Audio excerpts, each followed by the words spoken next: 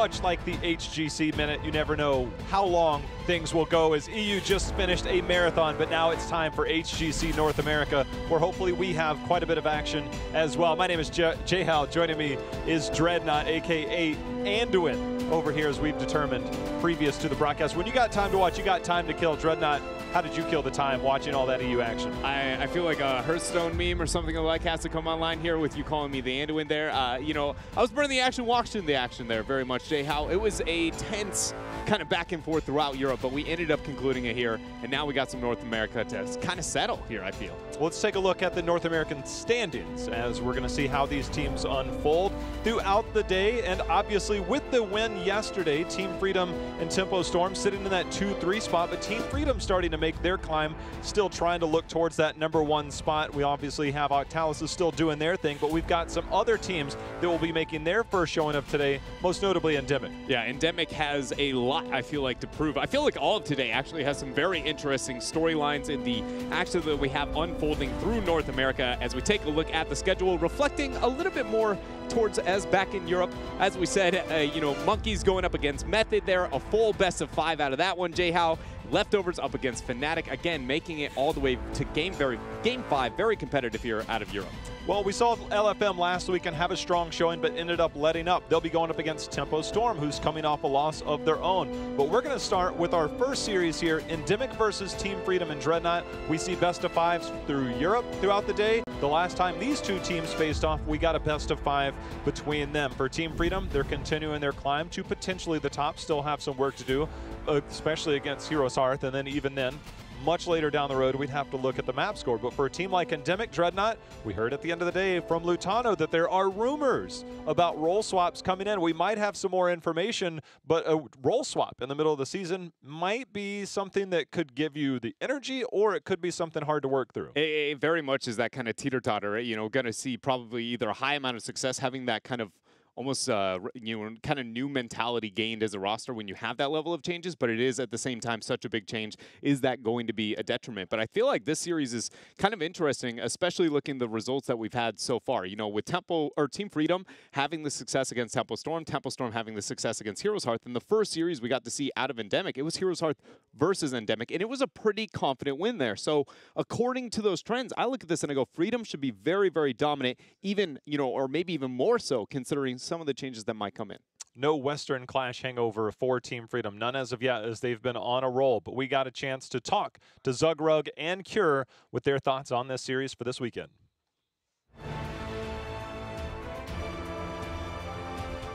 Going into the season, I thought ENDEMIC would perform a lot better than they have. And seeing them last week get 3-0'd, I feel like it should be a relatively easy matchup for us. I think a good way for us to win this series is just to exploit Biggie being out of position a lot.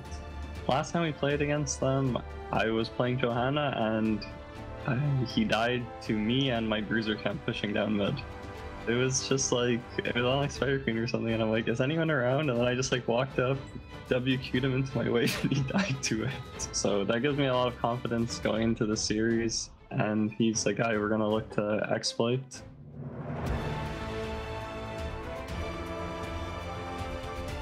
I'd say it's probably going to be a pretty scrappy match. Freedom, last time we played them, it was 5 games. I expect more of the same, some close back and forth. Their experience from the Western Clash, especially taking down, you know, Titans like Leftovers and Liquid, I think they'll definitely have an edge, but we'll be looking to come back strong as well.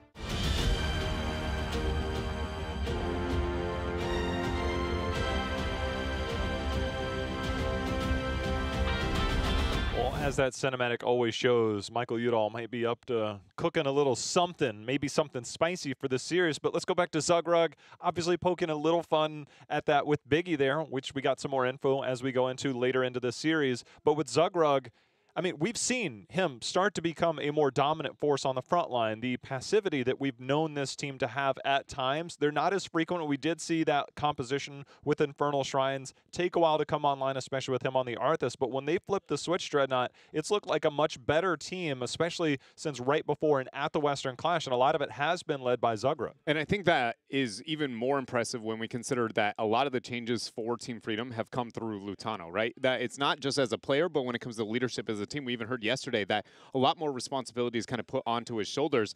And to have your shot caller and the impact from your shot caller be displayed through your warrior that heavily, it shows that the communication as a roster to me is very, very on point. Because that is not normally when you see this kind of level of success, it's the warrior is the shot caller and making those changes himself. And that's why you get those initiations in that next level play. But right now, it just shows a kind of full upgrade across the board, it seems like, here for Freedom. We'll see as it's time to get this series underway, and we're going to see what battlegrounds we will be going to. Braxis taken away by Team Freedom. And for ENDEMIC, they're going to ban out Sky Temple, something that we know Team Freedom has been strong on. But Battleground #1, Dreadnought, taking us to Infernal Shrines. Not too kind of concerning in either direction. One Battleground that Team Freedom has been pretty successful on so far here, especially looking at the back end, been comfortable, you know, even taking on teams like Tempo Storm. So ENDEMIC showing a little bit of confidence here. I don't feel like there's any major Battleground play that I would expect them to, you know, try and catch Team Freedom off guard here. So far, just everybody sticking to comforts. It was this series where we know Team Freedom, the macro team, it's what they've made their name on for a long time. They've stepped up their aggression in terms of team fighting, but it was on Sky Temple previously when these teams fought where ENDEMIC came out. They had been studying that of Team Freedom, or ENDEMIC came out and they're like, we know what your strategies are, we know what your plan is. And they came out with a brilliant Game 1 plan on that Sky Temple to counter the strategies of Team Freedom. We saw Team Freedom on this Battleground last weekend come out with that gray main composition and just play around the Battleground. You have to think that ENDEMIC, they had to have been doing their homework, their research to know, because this was the old favorite for Team Freedom. But now we'll see if they do have that strategy in mind. Surely has to be some kind of a concern there, just due to the macro pressure that Team Freedom has been able to apply. They very much were known as that macro team, and now they're one that can dabble in a little bit of everything. But the macro is still, I think, at the kind of forefront of the success that Team Freedom has displayed here. Bans coming through, though. Maev and App, they're taking off the table. See if the Medivh comes in. I was going to say, see if the Medivh does come through. I think if anybody has that responsibility, it's actually ENDEMIC here at this position in the draft, with Freedom having the first pick opportunities. And with that, there goes the Genji. So here is the question. Will Medivh make it through? Yeah, the Yoda's really been stepping up. He won't make it through. So here's a bit of info, right? Michael Udall, I spoke to him. He gave me some inside information, said let's at least wait till the first draft starts as we're going to get a first pick Yrel. No surprise there when it comes to Yrel's overall strength. But there was some communication amongst the team saying that, hey, maybe things aren't working as well as we thought they were. He said that the team was in a little bit of a slump. So Biggie steps up and says, Michael, I think that you're a better shot caller from the assassin position. Maybe we should look at swapping roles. So as of now, they've been practicing. Biggie moving over to the support role, leaving Michael Udall now back on the assassin role. So, you know, coming out here, seeing how things are going to come in. There's going to be the Anubarak and the Grey Main, but changes abound here for ENDEMIC. Those rumors that Lutano heard, well, Dreadnought, they're definitely true. And now we get ourselves a very uncommon pairing here, at least out of the North American region throughout this draft here on the side of Freedom, with that Yrel Anubarak. It is paired with the Grey Main, so that kind of off split pushing approach here for Team Freedom. But this is something we saw come to light at the Eastern Clash, still carrying throughout Korean region right now. It is a very dominant duo there. The dive buddies between Yrel and Anubarak, a lot of kill potential opportunities coming out from this. I love this from Freedom. And even more so kind of showing that their scope of what they're looking at in terms of approach to Heroes of the Storm is far more than just, you know, within the region of North America. I think it was our ride in, Dreadnought. We spent a solid like 30, 40 minutes just going over Yrel and armor. Yeah. Actually, my first page is full of all the math problems we were trying to figure out on how good she is as a character. Well, it covered a lot of what Anubarak falls into, is that you dive in, you have a hard time making it out. But Yrel dives in with you and supplies you 35 armor. That effective health pool of Anubarak skyrockets for 5 seconds, and you're like, oh, wait a minute, Anubarak's not so squishy anymore. So we've seen that change at the Eastern Clash. Most notably, it's something that we see a lot out of the Korean region. And for Team Freedom, Dreadnought, that was what they told us. Again, I need to reiterate that at the Western Clash, they said, we have been watching Korea, studying this as we see the Junkrat Muradin. And then when we went to the Eastern Clash, Gen G said the team that looked most like them at Western Clash was Team Freedom. So the parallels are starting to show in some regards. Very much is, in the level of execution being displayed by Freedom, at least so far here through HGC North America Part 2 Phase 2, has been very clean and, you know, kind of diverse in their approach here. And I want to see that happen again, especially with ENDEMIC. We talked about the fact that last time Team Freedom played on this Battleground, that they ran with this Grey Main split push approach. and it was definitely not as well received on the end of LFM in the response to it. ENDEMIC picking this Battleground, having that confidence, it shows that they have to have put that research into it, and I just feel like this is going to be at least a bit more competitive than the last time Freedom ran this gray main strategy. Well, when they did run it, Dreadnought last time, they went directly to that top lane. Anubarak spawns those beetles. Gray main obviously gets in that Worgen form. Jaina can help you with that wave clear in the other lanes. Speaking of wave clear, you've got Junkrat and Leo, so you don't necessarily have to respond to the other waves as much. You have two heroes that are capable of double lane soaking. The other thing that Junkrat can do is that if you do identify what lane that gray main and them are pushing, you hit that concussion mine, maybe get a gray main on the other side of the wall. Yeah, the strategy actually from ENDEMIC does have a lot of counter split pushing approaches due to that double wave clear opportunity mixed with Hammer promotes a very confident trial laning kind of approach to the Battleground. And with that, I do wonder if that split push approach actually is going to kind of have the same success that it did end up having beyond the just, I feel like kind of predictability of that kind of rotation for Team Freedom here. So overall, I actually really enjoyed the draft from ENDEMIC. I think it demands a lot of rotations and kind of clever playmaking between that Junkrat and Leo offlaning. But I think they very much have the tools, at least when it comes to the map, or when it comes to hero pick bans. Yeah, I love it. That double lane soak that they could potentially get denying that, but then you start to look at the back line. Stukov, we've seen the changes. No mobility. Jaina, no mobility. We saw March of the Black King yesterday. We thought maybe this is the time, especially against Malfurion, no mobility. Maybe this is where Entomb comes in. I'd be surprised if it's anything other than Entomb now, especially when we see the fact that there is the Jaina and the Stukov on the backside. It seems like those are priority targets you can definitely get on top of. And Nubarak, you know, is not too shabby of a target to want to try and lock down. As long as you got the burrow charge initiation coming through, he is a, you know, more vulnerable target than most. But that's where, you know, the Urel should come online, and that's what we're going to be looking for. Every time we see that burrow charge impale initiation, there should be, you know, the wings be building and quickly watch the Urel leap in, give the armor. Suddenly it's a lot tougher bug to squish here. Well, it's time to get the day started as ENDEMIC will be taking on Team Freedom for our first match here today in HGC North America, and it will be Dansky on the Sergeant Hammer. Cure, of course, in that solo lane. He's going to be on Leoric. Biggie, as we said, moving over to the support role. He'll be on Deckard. Michael Udall back on Junkrat, a hero we've seen him on in the past. And then B-Kid on the front line on Murden. And Team Freedom here looking for a confident victory to be able to help their race towards the top of North America. We have Collusion, who in fact is going to be on our Stukov. Lutano playing the gray main. Zugrug is on the Nubarak. Nasmus playing Urel. And last up is Jaina, played by Yoda. I don't want to get too much into it in the middle of the game, but Team Freedom, it is important because even if they manage to take down Heroes Hearth later, it's still, they would be tied, right? But it comes down to your map score next. And the map score definitely favors that of Heroes Hearth currently. So for Team Freedom, they do need to make sure they have clean 3-0s at best and hope that, you know, some upsets in the map department come against Heroes Hearth going down the road.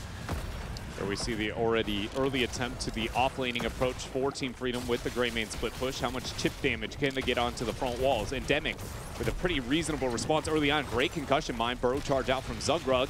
Should be a decent retreat, but this is already showing a very different approach to the early game here from ENDEMIC compared to the last time we got the strategy from Freedom. Definitely a bit more of forethought to it, and this is again what I was trying to highlight in the draft, that it shouldn't net the same amount of success, at least in the early game. I will say though, as the game moves on, I do wonder if in ENDEMIC, if they aren't winning in the macro sense, it structures, if they're going to be able to kind of restrict the rotations here from Team Freedom. Yeah, you know, we saw an early, maybe not the most advantageous positioning from Team Freedom the previous time they ran it, but they don't let up. Yeah. They will be willing to forego not just the first Immortal or the first Punisher, but the second as well. And you look at the composition about, okay, can we get some poke in on the Punisher, especially that it's the middle. Your rotations are much shorter there. Obviously the bot lane would be the best for you, but can you start to take down some skeletal defenders to at least buy time for the rest of your team? And it is very different with this approach for ENDEMIC and the strategy and draft that they have. And one thing too to talk about when looking at this draft, we were talking about not only stopping the bleeding on the siege for the gray main whenever it's going to make its rotations around, but also with the double off clear between Leo and the Junkrat and the time in the tri-lane that kind of is enforced through the hammer. The opening defense for ENDEMIC was not optimal by having the hammer rotation to bottom and it being defending. Ideally, you you want that one as the defense, and then you have a perfect defense against Team Freedom's or Gray main rotation, while still having the best tri-lane opportunities afterwards. Having the hammer into the Urel, not necessarily the lane kind of situation they want to find themselves early on. Something that I would like to see ENDEMIC maybe adjust here in between Shrine Phase number 1 and 2. But for now, it's going to be about this Shrine here coming up in 20 seconds. Shaman Camp picked up for Freedom. Looks like it's going to be mirrored here by ENDEMIC. I really wanted to see if they would use that maybe as an opportunity to push in, especially Urel, post level 4, has that 35 armor, or whether it's, again, just to buy time somewhere else on the map. And it looks like if you look at the mini-map, that's exactly what they're doing. They're going to go down. Michael Udall, nice use of that concussion mine, but the onslaught is here. The Beetles are out. The minion wave will be here momentarily. They don't have significant clear just yet, but they're looking to get this structure damage in here. See how much they can make happen, because this is not the...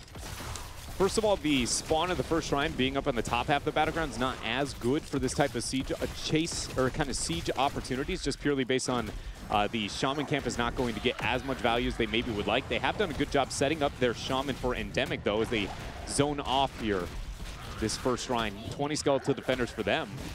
Pretty solid response so far here from ENDEMIC, but I do wonder, is it still going to be the same at the second shrine? I feel like this is Team Freedom. Their composition is a little bit different compared to the last time they ran this strategy. Well, that's the part is Urel and Jaina did go in, did get 9 skeletal defenders until the rest of Team Freedom show up. So it denied some bot time, but is it enough time? Because the response already has forced Team Freedom to come up and try and deal with this. They got some early damage in, do have a marginal lead for now. They're going to give up the Punisher. Early Punisher should be easily defensed here. So for ENDEMIC, it does require them to find their advantage somewhere else on the map to see what they can make happen. Right now, this Punisher should be baited over very well by Zogrod. Yeah, and that's where I feel the structure HP for ENDEMIC is really relevant. With the off-lane clear being so dominant between the Leo Junkrat, when they get structures, they get a lot more than that. They gain a lot of vision and information advantage, more so than normal compositions, purely based on how often Freedom's going to have to deal with those blue minions moving onto their side here. Follow up onto the Punisher, not going to net at least too much damage yet, but it comes in there, gets the damage through. That was a solo Murden.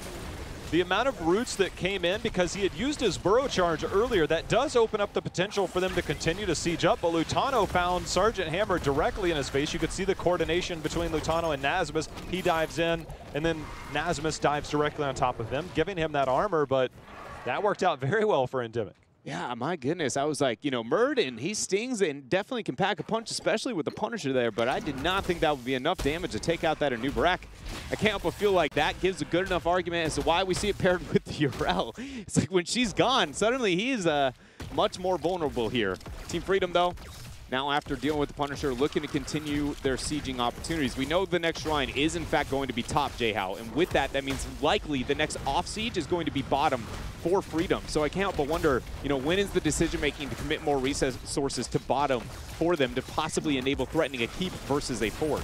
We're trying to use the peel here. Lutano trying to get some help. That's why we saw Zogrod cast that Impale up there, but there's going to be the concussion mine. Should have his disengage here in a moment. Is it going to be enough for him to get away? It is. Also keep in mind that we do have the physical armor defense here with the biotic armor from Stukov, so it does help deal with a lot of the auto attacks that will inevitably come in. Of course, getting that 15 armor, and then when the kill switch is active, bumps that up to a much larger number. So does give you that defense, especially late game when you go the one that continuously spreads. He could actually not getting the fog manipulation there that he maybe desired. Heroics are going to be online here now for Team Freedom. Nothing surprising or crazy here so far, J-How. We did get Go for the Throat rather than the Cursed Bullet. And then we got Water Elemental instead of the Ring of Frost. I feel like out of those two, the major deviation, if anything, would just be the Go for the Throat rather than Cursed Bullet into the double front line. But also both backliners are so squishy and one-shottable that I'm not surprised to see the Go for the Throat. And not even to kind of consider the diving capabilities of that Anubarak Urel that we have been talking about so much. It's so incredibly rare that we would ever see the Ice Barrier at level 13, where you get a shield based on how much damage you did to chill targets over Icy Veins, because Icy Veins is insane. I mean, the amount of damage that you can put out in such a short amount of time with Jaina is crazy. I do wonder, I mean, there isn't a whole lot of threat coming at you, but if the Leo gets back there, maybe the BFG, maybe there's some way to stay alive. I imagine Icy Veins for the control. We'll see if there's any adaptation. Unlikely, but something to consider. Cure out a little bit too far here, and the gank is going to be very successful here. I can't help but feel like that was ENDEMIC being a little bit more confident on the rotation from Team Freedom. Hold on, retreat still going to be a little bit difficult there as the Cocoon is forced out from Muradin. Cure will be back here over 5 seconds as he has the Drain Hope coming through in skeletal form. We will have our first Shrine, but that was Team Freedom essentially not getting that split push like we expected and trying to gank into the lane that nobody expected them to be in. That was a clever adjustment from them. I am curious. I want to know your thoughts on this. They prioritized the fort, and we saw a good response from ENDEMIC, but sometimes in those situations, we see teams go for the well there, especially because the next shrine is top. Yeah. It takes away a resource from your opponents, and maybe they just thought they could get more damage in there, but their strategy maybe is this, just structure damage as a whole. Even if it is willing to get structured damage as a whole, nice concussion mine. Lutano burns the disengage. I don't think he's going to make it out of that one as the Stormbolt comes through. The passive healing is there. Riptire as well to zone off. Disengage will be back, but it's not going to matter. Lornado out. And another kill here for ENDEMIC, just dismantling here the composition from Team Freedom in this Greymane split push. So far, this is second Shrine and second lack of structures achieved here for Freedom, which is absolutely the goal with this comp. That's why I love, well, hold on a second. That's why I love the Junkrat pick, but Junkrat gets caught in rotation there. That is one thing, but if you are trying to soak, pre-13 especially, Dreadnought, before you get that concussion mine jumping over, you do still have to path, and if you don't path carefully, sometimes you'll find the enemy there, but the Junkrat concussion mine, sometimes all it takes is 1 knockover, 2 knockovers to just, it puts the fear in you. There's some amount of respect that you have to have towards those rotations, and getting that pick for ENDEMIC definitely was a big step, but giving the pickup in return, not so much. With 39 defenders, it's just a matter of time before ENDEMIC kind of responds up here and decides when they want to give interest towards this shrine itself, pick it up for themselves. Would they want to wait out the 13? They will be able to stack the Shaman with it if they would like to try and make that happen. They would have to start that right now if they want to do so, because Team Freedom trying to set that timer in reverse. Team Freedom is going to all in this initiation. There's the Force. Cure gets the Wraith walk out, and Tomb might be able to zone off Nasmus and Zugrug. He's going to go for it. Zugrug moves away, drops a Cocoon. Leap still there available by the Punisher. Comes out, not going to get baited over the wall, so a lot of siege damage available. Brings out the massive shove now from Collusion. Jayhow, this is just chaos here in this siege. It is. You think that every standard approach you see, even the Riptire coming in the back door, seeing if it can hop over, maybe catch somebody on the flank. It is. It's going to knock back Collusion and Lutano, but the focus is going to be on the front towards Zugrug. He's going to burrow charge out. Nasmus has found his way in, but this Arcane Punisher, very threatening. It is very threatening. Nasmus getting threatened there by Junkrat for a moment with Concussion Mine. Not going to throw it out there, actually use it to get the retreat. Punisher Leap number 2 follow-up coming through. Collusion ends up using the massive shove, scroll ceiling to retreat a little bit safer there. And ENDEMIC ends up backing out there. A lot gained from that Punisher. First 4 of the game for them. It leads to a pretty swift rotation here out to mid. Muradin and Anubarak are kind of caught out for a moment. Ardent Defender is forced. That's an interesting approach right there. He has the cooldown on his level 7 for another jump, but maybe there was some fear that might have been locked down in the middle of that. So Ardent Defender, when Yrel was released, 100 seconds was like, man, that's a long time, but sometimes it's forgiving. But 2 minutes, it's one of the longest cooldowns in the game. It is the longest cooldown we have for heroics, obviously, a few at that level, but giving that up is surprising, but you know, we do have a couple of minutes generally between the shrine phases once the Punisher ends. I think that's definitely the biggest silver lining in that situation. Yoda needs to dodge the Stormbolt. Patience displayed. Their water elemental is going to be used, but it's too little too late. Their first kill here for ENDEMIC. No response coming out there from Team Freedom. Huge entomb there from Cure. Second one there of the game to be able to split off and catch Team Freedom. Think about how much it disrupts your rhythm, your momentum. On the side of Team Freedom, they expect to be like, okay, we can go through, we can get this type of control. But every pick that they get seems to be at inopportune times for them to establish any type of map control. And ENDEMIC is controlling the pace with every pick that they get. It disrupts everything that Team Freedom is trying to accomplish. Yeah, and I feel like Team Freedom, the first 2 rotations that they ended up having, or at least the very first one, was rather predictable and just a really good response from ENDEMIC. But the last time, that was ENDEMIC forcing their hand, and now Cure maybe going to do it again. 3 seconds away from an Entomb. BK comes in with that Thor toss and the Stormbolt. It ends up landing and forcing now the Cocoon from him. Cure, knockback once more. Wraithwalk coming through. Entomb is available. 3-man Entomb locking down Team Freedom here. Collusion is going to be the focus as BK lands that Stormbolt. Yoda questioning if he needs to drop the Blizzard. He will do so. Collusion still going to be the focus. Dansky coming in with the thrusters, but Collusion lives. Trying to get that snipe in there, unable to do so. Team Freedom manages to retreat. Don't have 16 yet. Fearful to try and turn that fight without a lot of their cooldowns, but heads up play by Zugrug to make sure that the initial onslaught of B-Kid coming in, no longer there. Cocoon on a short enough cooldown, you can use those. Everything should be available for the next team fight. And with that, we wait for the next shrine, J-How. So we got to think about, with this next shrine coming up on bottom, now that it is in a position with the Shaman camp captured on the top half, you can expect Team Freedom to want to split push pressure towards the keep to demand answers from ENDEMIC with that, which is why we see the preparation towards this top lane. We'll see what ENDEMIC's response will be. They have had a pretty proper response to it almost every other time before this point. Don't feel like it'll be any different here. Hammer is not yet to commit to anything, capturing that bottom Impaler camp. And Leo will in fact start the shrine. I'm expecting to see Hammer go with Leo just to make sure to get that napalm clear, one of the better clearing tools. We'll see Cure, obviously the one with the Unstoppable on, as Wraithwalk able to walk away if needed.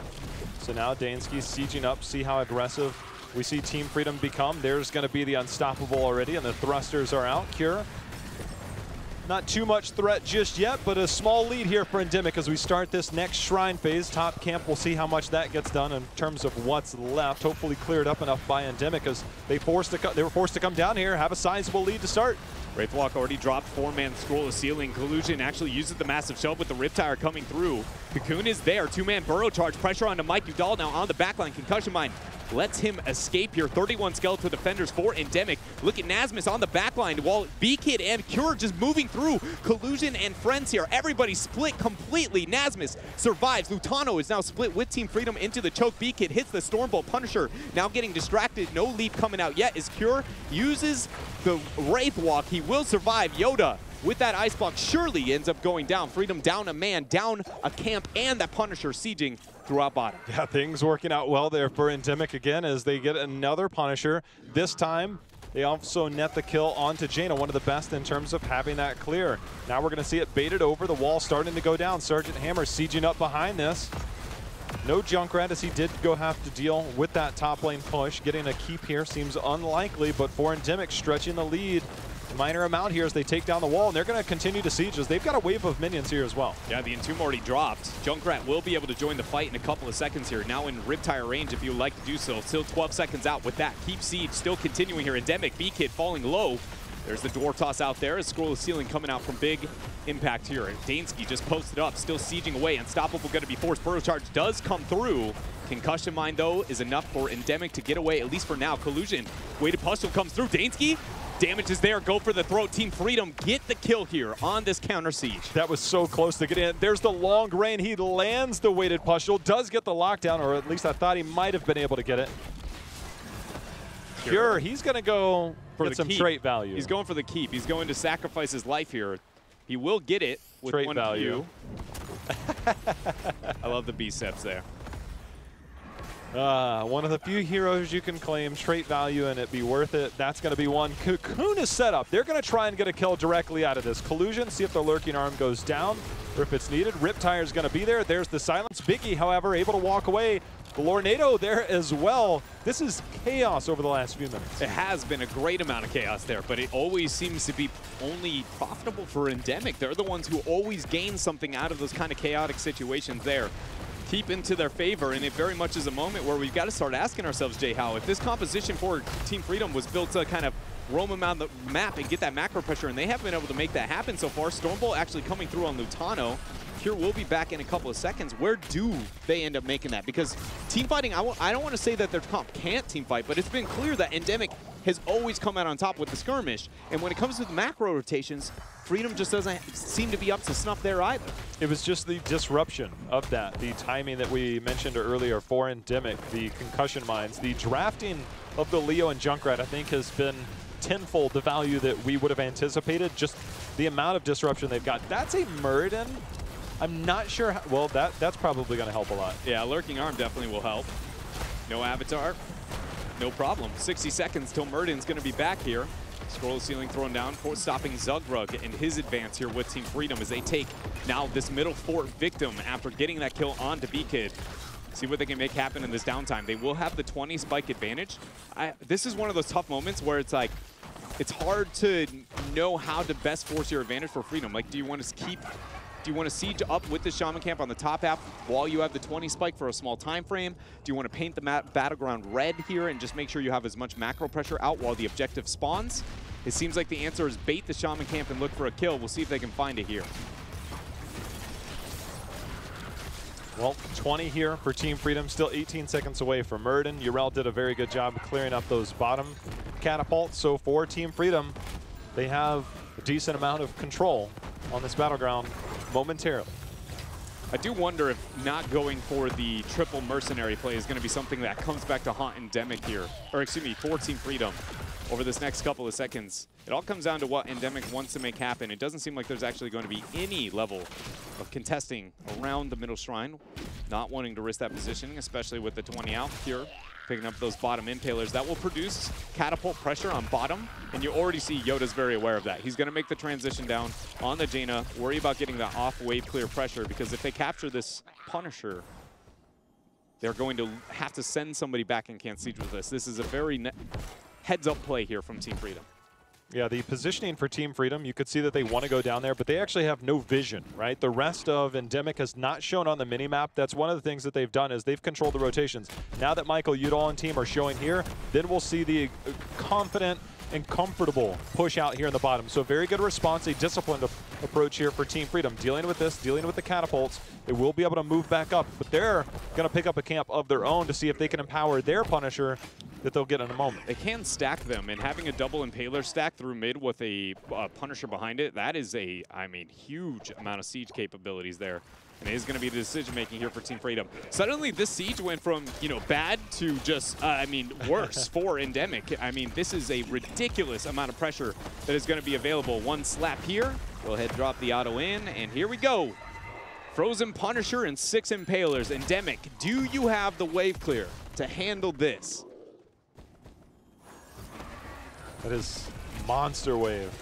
The Junkrat obviously has very good clear, especially with those big grenades, but they've got to get this baited over. Cure's going to go, does get the bait, hits the Wraith Walk. Dansky is the one of the target of this. It is a Frozen Punisher, so Dansky has to be careful on how much he commits there. As you see Nasmus already going in. Keep all but falling, but with the Impalers and everything behind this, nice buried alive though as that comes out. No follow-up as they still have this Punisher 40% falling. 40% falling, but baited away once again to that keep there by Cure.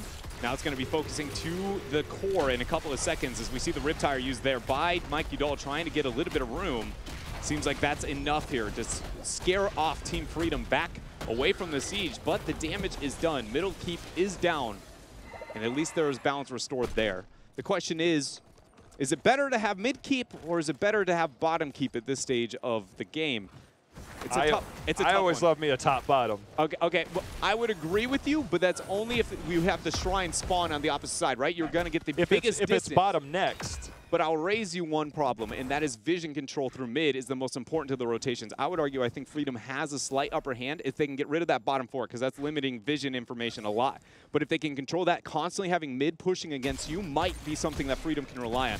I do agree with you when looking at the max distance, it makes sense to go top-bottom. On a very basic level, give me a top-bottom one, but now we see the next Shrine Dreadnought bottom. Yeah. So the only thing the catapults really do is give you that vision control on that bot lane because they inevitably push that lane out. The problem is you're right next to the middle lane as well, and the catapults are going the opposite direction. Yeah. So if I want vision control, I agree with you. That middle lane is far more valuable now. And this rotation was done purely because the middle lane catapults are pressuring against. That's exactly what we're talking about on that control. Why Cure now, for the first time, you know, can scout this out for the team. We'll question if they can test this here. Buried Alive is an option. Not going to be the case here for ENDEMIC, waiting it out. Seems like Shrine fight over bottom really is where these teams want to kind of settle out Infernal Shrines. Well, it's going to come down to a big skirmish with that being pressured in that top lane. The top right camp, 20 seconds away, and so Team Freedom did buy some time. They did get that fort down. There's going to be the self-cleanse with the Seraphim. It's going to allow Nasmus to walk away. 10-second cooldown, so hard to really aggress onto that. But that Shaman camp at the top right, the timing on that for Team Freedom, especially the scaling late game, now that keep is already exposed. If it is left unresponded to, then it's very scary. It looks like they're just going to try and siege up directly with these minions instead. They've already given vision off the sidewall. Sidewalls have a less vision than an average kind of structure, but they do provide vision, ladies and gentlemen. And part of the reason why Lutano kind of gave away that flank a little bit earlier than Freedom maybe would have liked. And with that, they're going to back out. This is one of the moments where waiting on this camp as late as possible gains the most value, unless Team Freedom's going to all-in siege with it. So we'll see if they don't stall the cap. So then are they going to siege with it? Well, the timing is fairly decent if they were not intending to. Obviously, there's always the timer, right? It's from when the Punisher ends till the next shrine spawns. There's always the timer built in, so if you do keep track of that, which it's not always the easiest thing to do in chaotic team fights, but it is something that you can put a clock on. The only reason I was highlighting that I would like to see just a little bit later is purely so nobody goes up for the double clear like at this point in time, but Freedom's still sieging with it. So it's a little bit safer here in this point in time. Definitely have an opportunity to zone out. I like that call here from Freedom. Now they know nobody's gone for the clear, at least not yet. It's going to be delayed clear, and they have a man advantage, or at least keep damage for free. Clever rotations here. Whether or not Cure's going to get caught out, though, with the Drain Hope missing and the Wraith Walk already popped. Definitely not enough cooldowns there, but the Buried Alive turnaround. That's a lot of damage onto a new Barak. And Zugrug first to drop. Yoda has to drop this Ice Block. Will not be able to make it out. ENDEMIC pick up 2 kills, and they're not done. One more and it's game. That's all they need, and they might already have enough, especially if they pick up this Punisher, and you can already see, look at the minimap, Greymane already going to go. He might be the last hope if Greymane can get onto that with 3 people dead and catapults and the like on the core already on the side of Team Freedom. That's already taking structure damage. I don't think ENDEMIC needs to wait, but they're coming back to at least respond to this, making sure that Lutano cannot end this with the camp. And for ENDEMIC Dreadnought, I think it's all but over. Lutano about to fall. The snipe there for B-Kid. And that is it. ENDEMIC will take game number 1. Yeah, that is ENDEMIC pretty much just making sure that they commit enough resources to make sure there is no miracle backdoor opportunity there. Not as flashy, but definitely puts them in a confident win-win scenario here. It's just a matter of time. Nasmus trying to buy a little bit of room. We still got 10 seconds out. Great job securing that final kill. If it wasn't nail in the coffin before that pick, I can't help but feel like that surely was it. The biggest tool that you see available would be Cocoon onto Dansky. Dansky has a self-cleanse, which is just going to deny that. Freedom not even walking out of the Hall of Storms. Game 1 goes over to ENDEMIC. Well, I'm going to throw a stat at you, Dreadnought. I already know where you're going. It almost seems impossible, okay? Coming into this series, Freedom 7-2, second best record in North America. This marks their 10th series. Now, if everything on my stats is correct, which I'm pretty sure it is at this point, Team Freedom in game number 1 of 10 series has lost 8 times. 8 times game number 1 they've lost out of 10. That is an unheard of stat for a team that has only lost 2 overall matches. Yeah. So it's nice to see ENDEMIC victory number 1, but this feels all too familiar with Team Freedom at this point. It very much does. It's one of those, you know, there have been teams in the past that have been known to be slow starters, you know, and it means more than just kind of a scapegoat to maybe early struggles that show up within series. And so I do feel like Freedom has shown that they are very much that team with how dominant they have been in North America, but then also with the consistency at which they seem to struggle in game number 1s. And when man, it's hard to judge based on some of the performances we got from them against the game number 1 against LFM and the way that LFM was able to get that win. I looked at that and I was like, that was amazing play from LFM. I still look at this and I go, ENDEMIC performed very well there. I didn't, dislike anything that Team Freedom was really bringing. It just felt like ENDEMIC was the better team. So we got that twice now, it feels like, from them. And I can't help but wonder, when are they just going to go bloop? And I was like, we're ready to play. Flip it on. That was a great thing. I mean, we highlighted it when the draft came in. It was the Leo Junkrat pick. We saw this same style of draft from Team Freedom just last weekend, where it's the Nubrak Greymane. You spend a lot of time rotating around the map, ignoring the first objective or 2, and then finding that damage. Eventually, things start to get whittled down enough that it's easy XP to start to gain. But the concussion mines that came in, Michael Udall, of course, back on Assassin now. The fact that he's able to get the concussion mines over in multiple occasions. Caught a Nubrak, he was able to burrow charge out, but it stopped the assault. The second time, got Greymane, they got the kill, disrupted the assault. And those right there in the early game staggered enough of that to where they were on even footing or greater at various points. They gave up that mid keep, but it was only after they obtained an advantage. They had a great defense. They stood strong, ended up finding different ways to play around that. Got the clutch one as Kira comes in with that nice Buried Alive, and it was all she wrote. I mean, ENDEMIC played very well with a strategy in mind. Well, they did, and they came in very calculated. It was honestly, it was pretty crazy what they were able to make happen. And as you said, I think from the moment we saw it in the first second in the draft, it's suddenly like, wow, this actually can stop a gray main split push composition pretty well. It's pretty much just don't get snowballed on, and you are able to redeem at least a even fight in the mid to late game on a map like Infernal Shrines. It's impressive what we get here from ENDEMIC. And again, it makes me just anxious to look at game number 2 because it's suddenly like, through the results we've gotten so far in part number 2, North America, at least 1 through 4, is a huge question mark. And this only makes that much more confusing because we've gotten to see an ENDEMIC against some of those rosters. And ENDEMIC is probably our best kind of like, they can beat anybody, right? They really can take a game off of anybody. It's just what version of them do we get in that day?